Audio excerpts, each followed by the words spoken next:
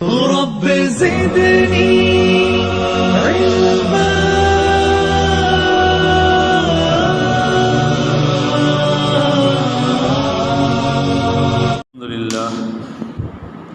الحمد لله وكفى وسلام على عباده الذين اصطفى وصلي وسلم على حبيبنا المجتبى وعلى آله وصحبه نجوم الهدى وقادة التقى. أما بعد،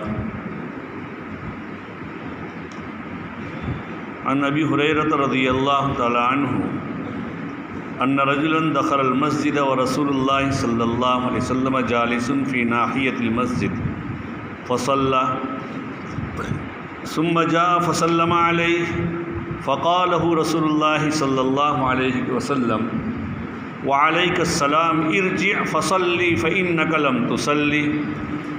فرجع فصلى ثم جاء فسلم فقال وعليك السلام ارجع فصلي فإنك لم تصلي. فقال في الثالثة أو في التي بعدها علمني يا رسول الله. فقال إذا قمت إلى الصلاة فأسبغ الوضوء ثم استقبل القبلة فكبر ثم اقرأ بما تيسر من القرآن معك من القرآن ثم اركع حتى تطمئن راكعا ثم ارفع حتى تستوي قائما ثم اسجد حتى تطمئن ساجدا ثم رفع حتى تطمئن جالسا ثم اسجد حتى تطمئن ساجدا ثم ارفع حتى تطمئن جالسا وفي رواية ثم ارفع حتى تستوي قائما ثم افعل ذلك في صلاتك كلها. متفق علیہ. عزیزان محترم، گزشتہ ہفتے ہی قرآن پاک کی کچھ آیات کی تلاوت کی تھی. سورہ مومنون یعنی 18ویں پارے کی ابتدا کی قد افلح المؤمنون الذین هم فی صلاتهم خاشعون. الذین هم فی صلاتهم خاشعون کے سلسلے میں بات ہو رہی تھی کہ اپنی نمازوں کے اندر خشوع اختیار کرنے والے ہیں. آخری جو بات ہوئی تھی خشوع کسے کہتے ہیں؟ خشوع سے کہتے ہیں کہ اپنے باطن سے اللہ کے سامنے جھکتے ہوئے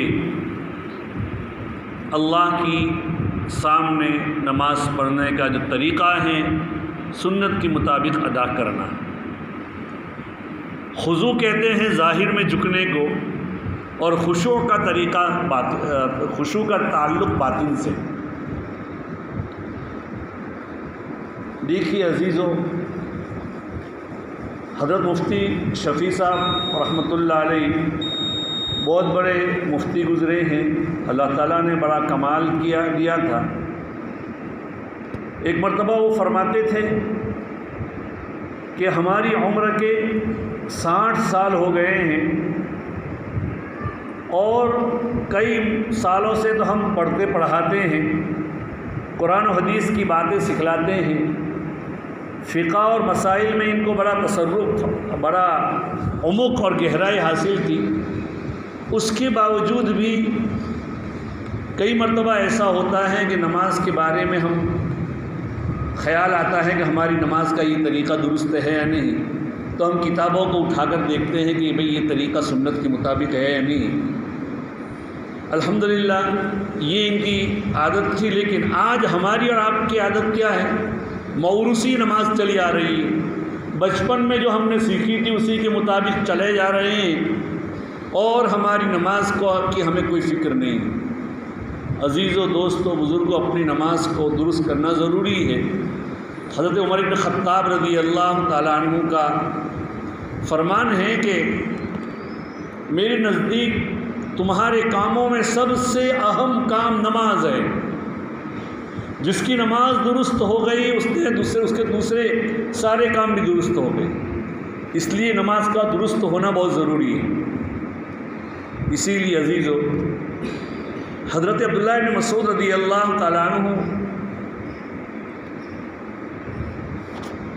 کئی مرتبہ اپنے شاگردوں سے کہتے ہیں الا اعلمکم صلاۃ رسول اللہ صلی اللہ علیہ وسلم، میں تمہیں اللہ کے رسول صلی اللہ علیہ وسلم کی نماز نہ سکھلاؤں؟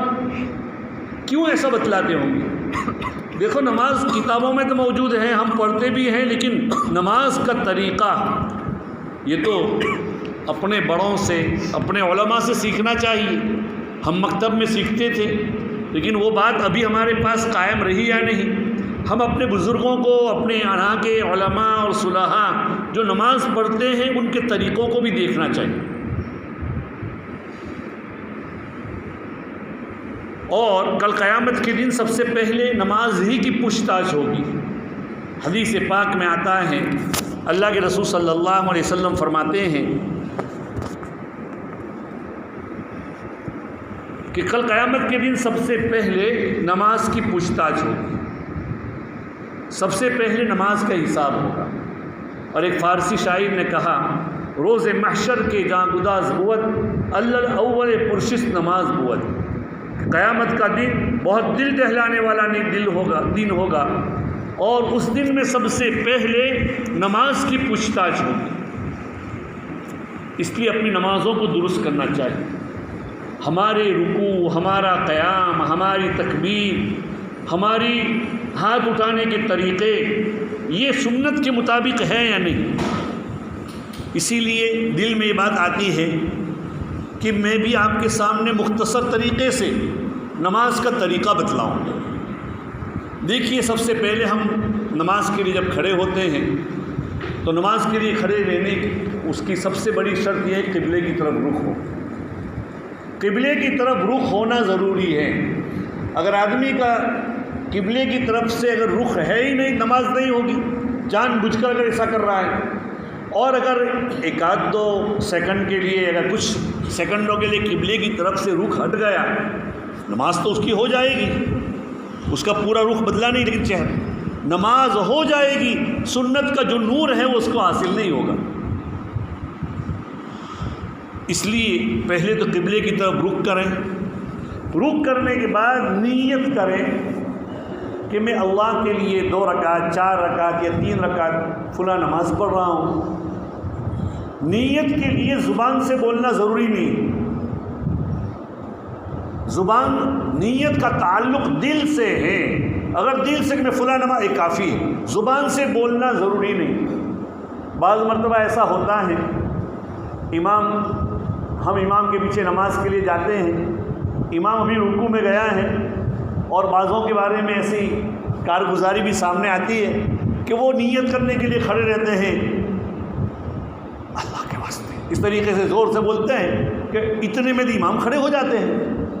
بھئی نیت کا تعلق زبان سے ہے، تم تکبیر کہہ کر شریک ہو جاؤ، بس یہ کافی۔ تو سب سے پہلے اللہ اکبر کہہ کر، اللہ اکبر میں ہاتھ کس طرح، میں تو قبلے کی مخالف سمت میں بیٹھا ہوا ہوں آپ لوگوں کی وجہ سے، لیکن یہ سمجھو کہ آپ قبلے کی طرف کھڑے ہیں، اور ہاتھ کس طرح اٹھائے جائیں گے، ہاتھ اس طرح اٹھائے جائیں گے، کان کی یہ لو ہے وہاں تک، اور اس طرح اللہ اکبر، یہ بالکل سیدھے رہیں۔ بعض مرتبہ بعضوں کے ایسے رہتے ہیں، بعض اس طرح بھی کرتے ہیں، بعض آ کر اس طرح بھی شریک ہو جاتے ہیں۔ یہ سب سنت کے طریقے نہیں ہیں۔ اگر سنت کا نور اپنے دل میں حاصل کرنا چاہتے ہیں تو ضروری ہے کہ سنت کے مطابق اپنے ہاتھ کو تکبیر تحریمہ کو باندھیں، پھر اللہ اکبر کہہ کر۔ اس کے بعد جب ہاتھ باندھے تو بعض لوگ اس طرح بھی باندھ دیتے ہیں، بعض اس طرح بھی، بعض اس طرح بھی۔ سنت طریقہ یہ ہے کہ اپنا یہ چھوٹی انگلی اور یہ انگوٹھا اپنے پہنچے میں اس طرح ہو اور انگلی اس طرح ہو، اور ناک کے نیچے اس طرح ہاتھ رکھے جائیں۔ یہ سنت طریقہ ہے۔ اس طرح اگر نماز جو سنت کے مطابق، کیوں حضرت عمر، حضرت عثمان اور حضرت علی کرم اللہ وجہ اتنے جلیل القدر صحابہ تھے۔ ہو سکتا ہے کوئی یہ کہے کہ مولانا کیا ہم تو 60 سال سے نماز پڑھ رہے ہیں، ہم 50 سال سے نماز پڑھ رہے ہیں، ہمیں نماز کا طریقہ سکھلا رہے ہیں۔ نہیں بھائی، جو میرے سامنے ہیں، میں اپنے سلف اور اپنے بزرگوں کا طریقہ خشوع و خضوع کے ساتھ اگر نماز ادا کرنا ہے تو بتانا ہی پڑے گا۔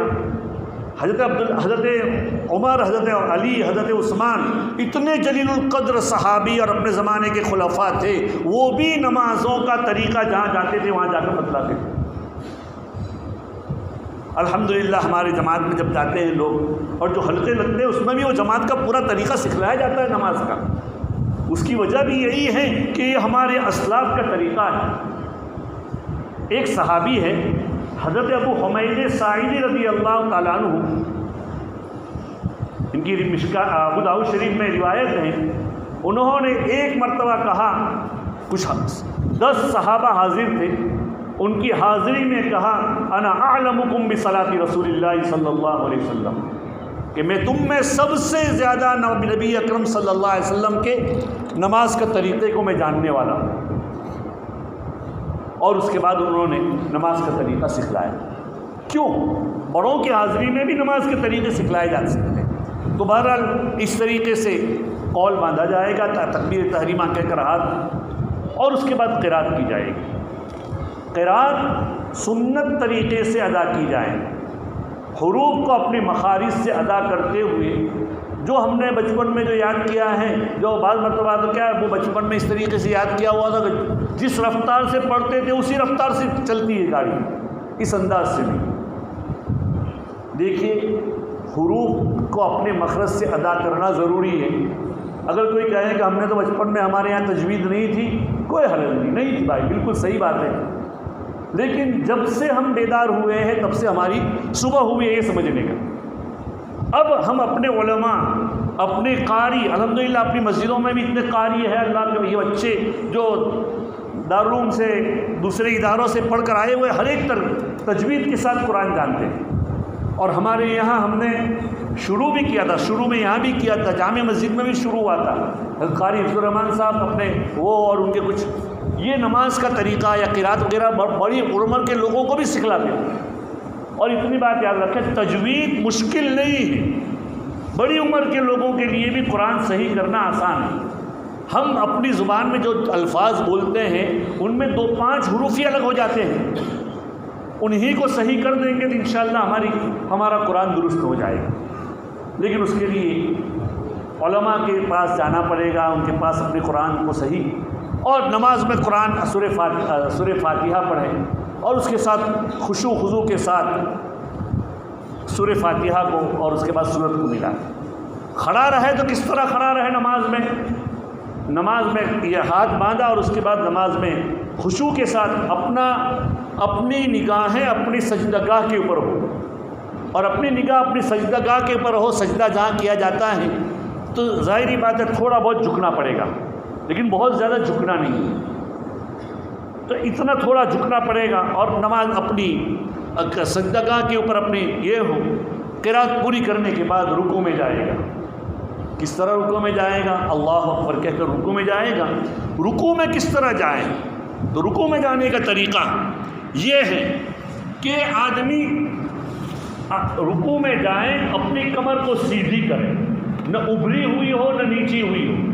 اپنے ہاتھ سے اپنے گھٹنے کو لقمہ بنائے، اس طرح بالکل آدمی کیا ہے اور اس طرح رکوع میں چلا جائے، پکڑے اپنے انگلیوں کو پھیلا دے، اس طرح رکوع میں جانا ہے. اپنی پوری کی پوری کمر سیدھی کر دیں. میں نے ابھی سیدھی کر کے تو نہیں بتلائی کیونکہ میرے لیے اتنی دیر زیادہ بیلنس کے لیے مشکل ہو جائے گی. تو بالکل اپنی کمر کو سیدھی کر دیں رکوع میں، اور 3 مرتبہ جو اس کی تسبیح ہے کم سے کم سبحان ربی العظیم، سبحان ربی العظیم، سبحان ربی العظیم، یہ پڑھیں. جب رکوع برابر ہو گیا ہمارا تو رکوع کرنے کے بعد آدمی قیام میں جائے گا، اور قیام میں قومہ میں جائے گا، اور قومہ کے اندر جاتے ہوئے امام سمیع اللہ لمن حمیدہ کا ہے، اور اگر آپ امام کے پیچھے ہیں تو ربنا لک الحمد یا اللہم ربنا ولک الحمد جو تسبیح ہے وہ پڑھیں. آج کل ہماری سب سے بڑی کوتاہی کیا ہوتی ہے کہ قومہ میں گئے نہ گئے اور سیدھے چلے گئے. قومہ میں گئے نہ گئے اور سیدھے چلے گئے، اس میں رکوع میں سجدے میں چلے جاتے ہیں. حالانکہ حدیث میں آتا ہے کہ آدمی رکوع میں سے جب قومہ میں جائیں تو اتنی مقدار کھڑا رہے جتنی مقدار کے اس کے بدن کا ہر جوڑ برابر سکون پذیر ہو جائے، سکون سے برابر آ جائے.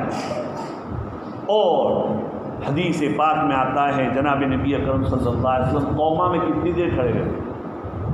روایات سے معلوم ہوتا ہے کہ نبی اکرم صلی اللہ علیہ وسلم قوما میں اتنی دیر رہتے تھے جتنی دیر کے رکوع میں تھے۔ اب ہم نے رکوع میں 3 مرتبہ تسبیح کی ہے پڑھی ہے، قوما میں بھی 3 مرتبہ 5 مرتبہ، تو کم سے کم اتنا یا اس کے برابر جیسا تو ہو۔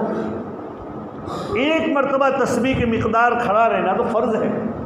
اگر وہ کھڑا نہیں رہا اور رکوع سے ڈائریکٹ، جیسے کہ بعض مرتبہ بعض بچوں کی یا نوجوانوں کی بھی عادت ہوتی ہے کہ رکوع سے قوما میں گئے نہیں گئے سیدھے سجدے میں چلے جاتے، ابھی برابر کھڑے بھی نہیں ہوئے۔ اگر اس طرح ہوتے ہیں تو نماز واجب الاعادہ بھی ہو سکتی ہے، بعض حالات میں نماز لوٹانی پڑے گی، نماز ہماری فاسد ہو جائے گی، اس لیے قوما میں بالکل کھڑا رہے۔ بلکہ ایک روایت میں تو یہاں تک ہے کہ نبی اکرم صلی اللہ علیہ وسلم چونکہ آپ کے رکوع بھی لمبے ہوتے، آپ کے قومیں بھی، آپ کا قیام یعنی آپ کی قرات بھی بہت لمبی ہوتی تھی، بعض مرتبہ آپ صلی اللہ علیہ وسلم رکوع سے جب قومے میں جاتے تو اتنی دیر ٹھہرتے تھے کہ ہمیں یہ وہم و گمان ہوتا کہ نبی صلی اللہ علیہ وسلم اب بھول تو نہیں گئے آگے جانا۔ اس سے حاصل یہ ہے کہ سکون کے ساتھ قومے میں کھڑا رہے۔ اس کے بعد سجدے میں جائیں۔ سجدے میں کس طرح جانا ہے؟ سجدے میں ایک دم اپنی کمر کو جھکانا نہیں ہے، بلکہ پہلے سیدھے جانا ہے۔ جب اپنے گھٹنے زمین پر لگ جائیں اس کے بعد اپنی کمر کو جھکائیں۔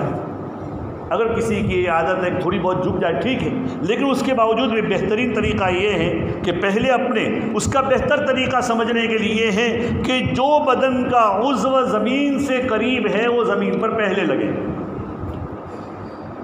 جیسے کہ ہمارے گھٹنے پہلے لگے، پھر ہاتھ زمین پر رکھیں، اس کے بعد ناک رکھیں، اس کے بعد پیشانی رکھیں۔ اس کے بعد جب سجدے سے اٹھنا ہے تو اس کے برعکس ہے۔ سجدے سے کس طرح اٹھنا ہے؟ پہلے اپنا سر اٹھے گا، چہرہ، پیشانی، ناک، اور اس کے بعد ہاتھ اٹھیں گے، اور اس کے بعد بیٹھنا ہے قاعدے میں تو وہ اس طرح قاعدے میں بیٹھ جائے گا۔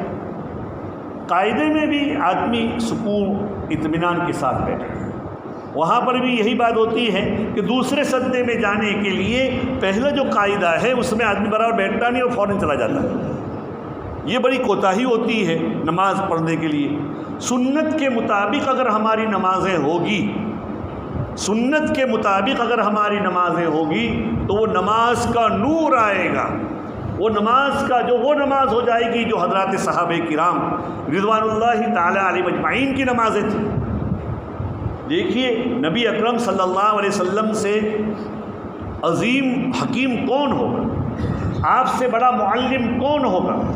آپ کے سامنے ایک صحابی آئے، میں نے آپ کے سامنے ابھی تلاوت کی تھی حدیث پاک، جس میں یہ بتلایا ایک صحابی اللہ کے رسول صلی اللہ علیہ وسلم کے پاس آئے، اور انہوں نے مسجد میں آنے کے بعد یہ صحابی حضرت خلاد بن رافع تھے رضی اللہ تعالیٰ عنہ، وہ مسجد میں آئے، اللہ کے رسول صلی اللہ علیہ وسلم مسجد کے کونے میں بیٹھے ہوئے تھے۔ آپ صلی اللہ علیہ وسلم آئے، وہ جو صحابی آئے تھے وہ ایک کونے میں نماز پڑھنے لگے۔ پھر اس کے بعد نماز پڑھنے کے بعد اللہ کے رسول صلی اللہ علیہ وسلم کے پاس آئے، سلام کیا۔ اللہ کے رسول صلی اللہ علیہ وسلم نے وعلیکم السلام کہا اور کہا کہ واپس جاؤ، نماز پڑھو دوبارہ، تمہاری نماز نہیں ہے، تم نے نماز نہیں پڑھی۔ ارجع فصلی فإنک لم تصلی۔ گئے، نماز پڑھی، وہاں تو بات ہی نہیں تھی کہ نبی کا حکم کوئی نہ مانے۔ گئے، وہ نماز پڑھی، اور پھر اللہ کے رسول صلی اللہ علیہ وسلم کی خدمت اقدس میں آئے، سلام کیا۔ اللہ کے رسول صلی اللہ علیہ وسلم نے فرمایا وعلیک السلام، ارجع فصلی فإنک لم تصلی، واپس جاؤ، نماز پڑھو، تم نے نماز نہیں پڑھی۔ وہ واپس گئے، نماز پڑھی۔ پھر اس کے بعد نبی اکرم صلی اللہ علیہ وسلم کے پاس دوبارہ تیسری مرتبہ میں آئے۔ تیسری مرتبہ یا چوتھی مرتبہ میں جب آئے ہیں، اللہ کے رسول نے ان کو 3 مرتبہ یا 4 مرتبہ واپس کیا۔ اس کے بعد آئے اور اللہ کے رسول صلی اللہ علیہ وسلم سے کہا، جب اللہ کے رسول نے کہا جائیے آپ نماز پڑھیے، آپ نے نماز نہیں پڑھی، تو پھر انہوں نے کہا علمنی یا رسول اللہ، ایک روایت میں علمنی یا رسول اللہ سنت الصلاۃ یا رسول اللہ، اے اللہ کے رسول آپ نماز کا جو مستون طریقہ ہے مجھے سکھلائیے۔ پھر نبی اکرم صلی اللہ علیہ وسلم نے جو فرمایا وہ میں آپ کے سامنے سناتا ہوں۔ فرمایا جب نماز کے لیے آپ کھڑے ہو وضو پورا ادا کرو۔ دیکھیے نماز بغیر وضو کے ہوتی ہی نہیں، شرائط صلاۃ میں سے ہے، نماز کے شرط میں سے ہے۔ اگر آدمی بغیر وضو کے چاہے کتنی خشوع خضوع کے ساتھ نماز پڑھے گا اس کی نماز ہوگی ہی نہیں۔ وضو اس کے آداب و سنن کے ساتھ کامل ادا کر، پھر قبلے کی طرف رک کر تکبیر کے یعنی ہاتھ اٹھا وغیرہ اس میں آ جائے گا۔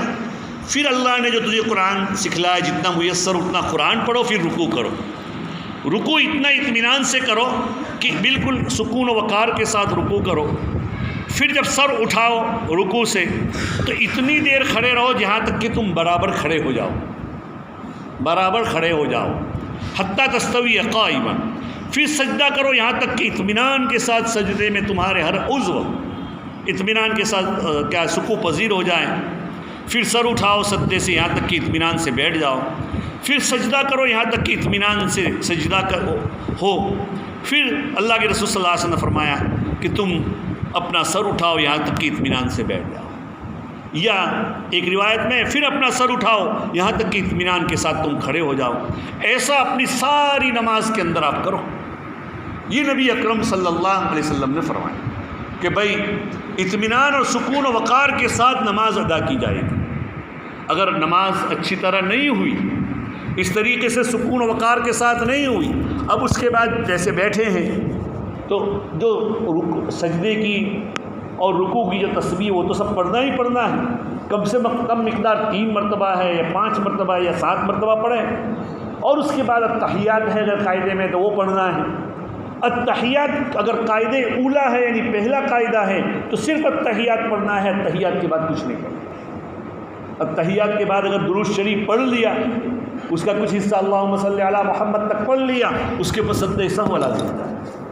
ایک آدمی نے سوال کیا، اللہ کہ مولانا درود شریف پڑھنا اچھا ہے اور آپ کہتے ہیں کہ سجدہ سہو لازم ہوتا ہے، تو اس کا جواب یہ دیا، جن مولانا کو سوال کیا، دیکھیے ہر چیز اس کے محل میں برابر ہوتی ہے۔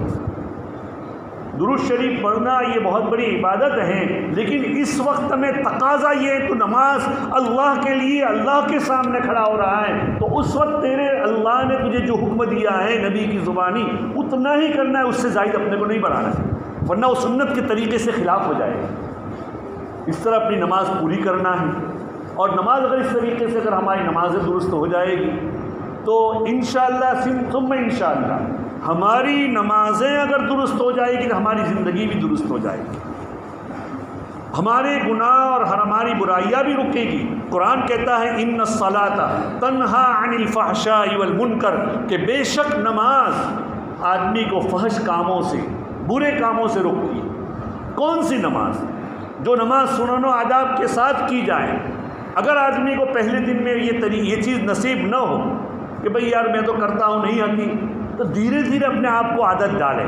آج 25 سال سے عادت اس کے خلاف کی ہے، تو اگر پہلے دن آپ کا قیام اچھا ہوا، دوسرے دن آپ کا رکوع اچھا ہوا، انشاءاللہ آپ کامیاب ہیں۔ نتیجہ کچھ نہ کچھ ملنا چاہیے۔ حق تعالیٰ شانو ہمیں یہ چیز نصیب فرمائے، ہماری نمازوں کو اللہ تعالیٰ کیا کر دیں؟ درست کروا دیں۔ اگر کسی کو نماز کے طریقے نہیں آ رہے، قرات کسی کی درست نہیں ہے، تو اپنے جو علماء ہیں، اپنے جو نوجوان علماء ماشاءاللہ بہت سے ہیں جو قرات آپ کو قرات کے ساتھ درست کروائیں گے نماز کو۔ اور قرات کوئی مشکل نہیں ہے، دیکھیے میں نے ابھی بیچ میں بھی کہا تھا کہ 29 حروف ہیں، ان میں سے اکثر حروف تو ہم بولتے ہیں اور اچھی طرح بولتے ہیں، ہماری زبان سے اچھے ادا ہوتے ہیں، ہر ایک سے ادا ہوتے ہیں۔ صرف عربی کے جو 5-6 لفظ ہیں وہ ہم سے ادا نہیں ہوتے، 5-7 وہ ادا ہو جائیں، اس کی مشق کرنا ہے۔ اور قرآن کس طریقے سے پڑھنا ہے، جو بچپن میں یاد کیا اس طریقے سے نہیں پڑھنا، بلکہ تھوڑا سکون و وقار کے ساتھ پڑھنا ہے، تو انشاءاللہ ثم انشاءاللہ ہماری نماز درست ہو جائے گی۔ نماز درست ہو جائے گی، زندگی کے دوسرے کام بھی ہمارے درست ہوں گے۔ اللہ تعالی ہمیں یہ چیز نماز کی یقین نصیب فرمائے۔ وآخر دعوانا ان الحمد للہ رب العالمین۔ سبحان اللہ بحمدہ، سبحانک اللہ۔